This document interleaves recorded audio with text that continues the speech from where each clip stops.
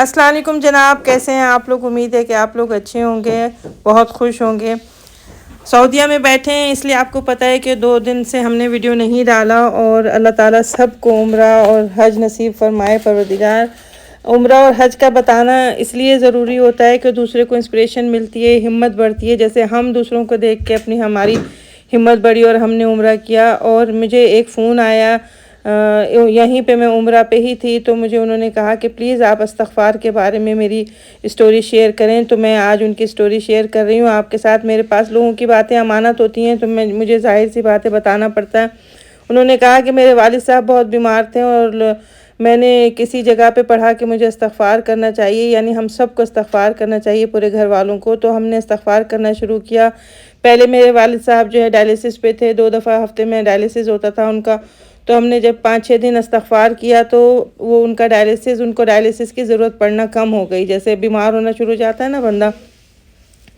تو پھر ہفتے میں 1 دفعہ ہونے لگا۔ یہ تقریباً وہ 2 مہینے 3 مہینے پرانی بات بتا رہی تھی۔ اب ماشاءاللہ ڈائلیسس تو ہوتا ہے، لیکن 15 دن میں 1 دفعہ یا 10 دن میں 1 دفعہ ڈائلیسس ہوتا ہے ان کا۔ پہلے وہ ہر وقت لیٹے ہی ہوتے تھے، تو اب وہ ماشاءاللہ اٹھ کے بھی بیٹھتے ہیں، واک بھی کرتے ہیں، اور 80+ ان کی ایج ہے۔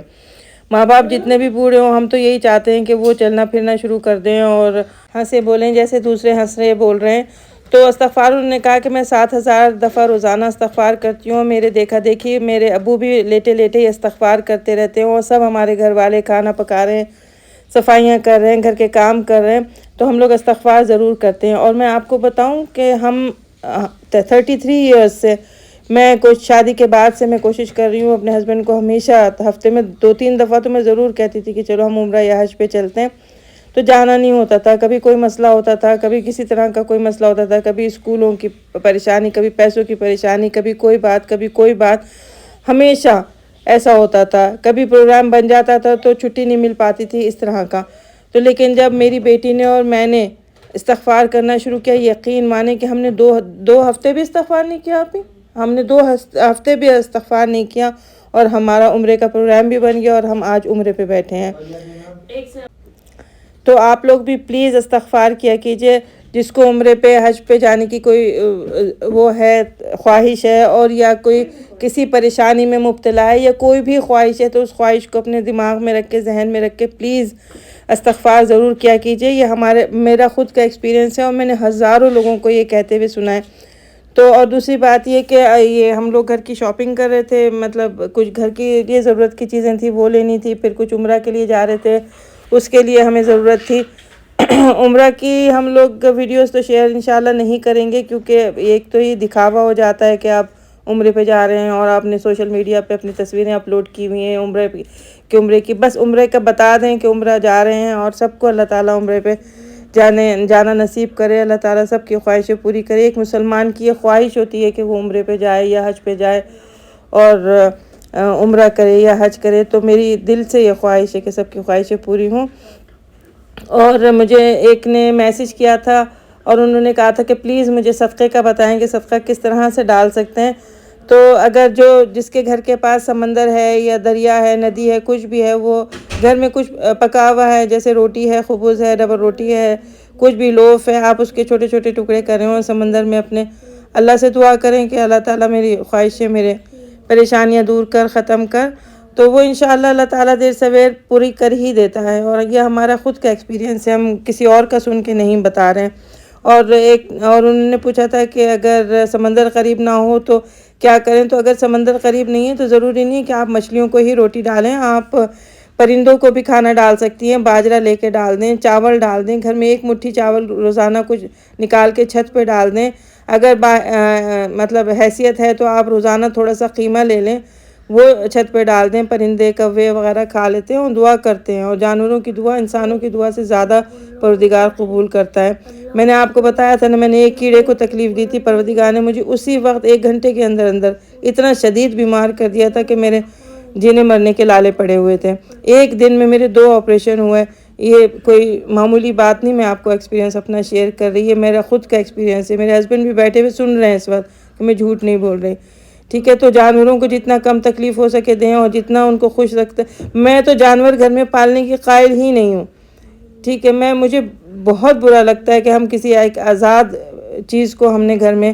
قید کیا ہوا، بھلے ہم اس کا کتنا بھی خیال کر لیں، اسے روٹی پانی دانہ سب کچھ ڈالتے ہیں، لیکن جو اس کی مطلب آزادی جو پروردگار نے اس کو دی ہے وہ تو ہم اس سے چھین رہے ہیں نا۔ جیسے ہم لوگ پرندے پنجرے میں قید، ان کی خواہش ہوتی ہے کہ وہ آسمانوں میں اڑیں اور ہم ان کو قید کر لیتے ہیں، جس طرح جانور ہم گھر میں پال لیتے ہیں، بس یہی۔ اور انشاءاللہ جب ہم یہاں سے واپس جائیں گے، آپ لوگوں کے لیے سب کے لیے میں نے دعا کی ہے، سب کے لیے نام لے لے کے دعا کی ہے، سائرہ، سائمہ اور نورین، ریاض، سب کے لیے جنہوں نے اولاد کے لیے خواہش کی، کہا کہ دعا کریں ہمارے لیے، اور سب کے ہم نے پوری لسٹ بنائی ہوئی تھی، آپ ہی نام لے لے کے سب کے لیے دعا کر رہی تھی۔ فریال ہیں اور بہت سارے نام ہیں جو مجھے ابھی دماغ میں نہیں آ رہے، لیکن وہاں پہ ہم نے آپ سب کے لیے دعا کی ہے، ہاتھ اٹھا کے دعا کی ہے ہم نے۔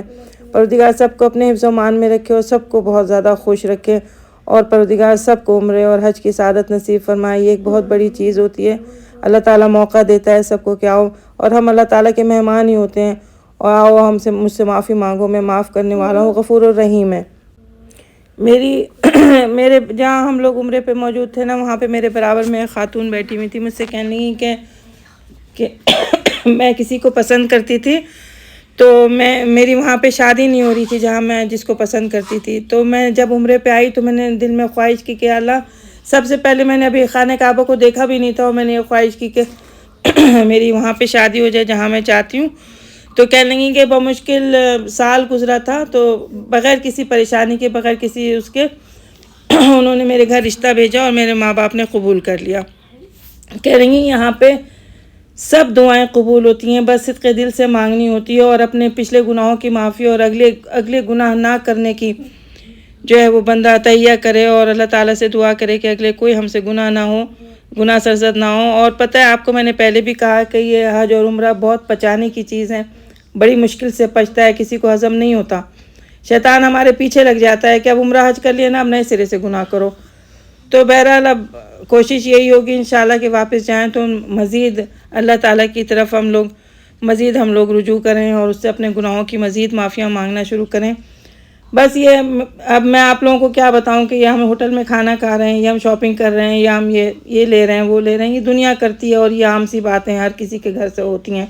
ہر کوئی کرتا ہے۔ تو بس اسی کے ساتھ میں اپنا ولاگ ختم کروں گی، اس دعا کے ساتھ کہ پروردگار سب کی خواہشیں، سب کی مرادیں پوری کریں، جو بے اولاد ہے پروردگار اس کی جوڑی میں اولاد ڈال دیں، چاہے وہ لڑکی ہو یا لڑکا، بس اللہ تعالیٰ جو ہے وہ ساتھ خیریت کے عطا کرے۔ اور چلیں میری طرف سے اللہ حافظ، اپنا ڈھیر سارا خیال رکھیں، اپنے پڑوسیوں کا خیال رکھیں، اپنے ماں باپ کا رکھیں، بہن بھائیوں کا رکھیں، اللہ حافظ۔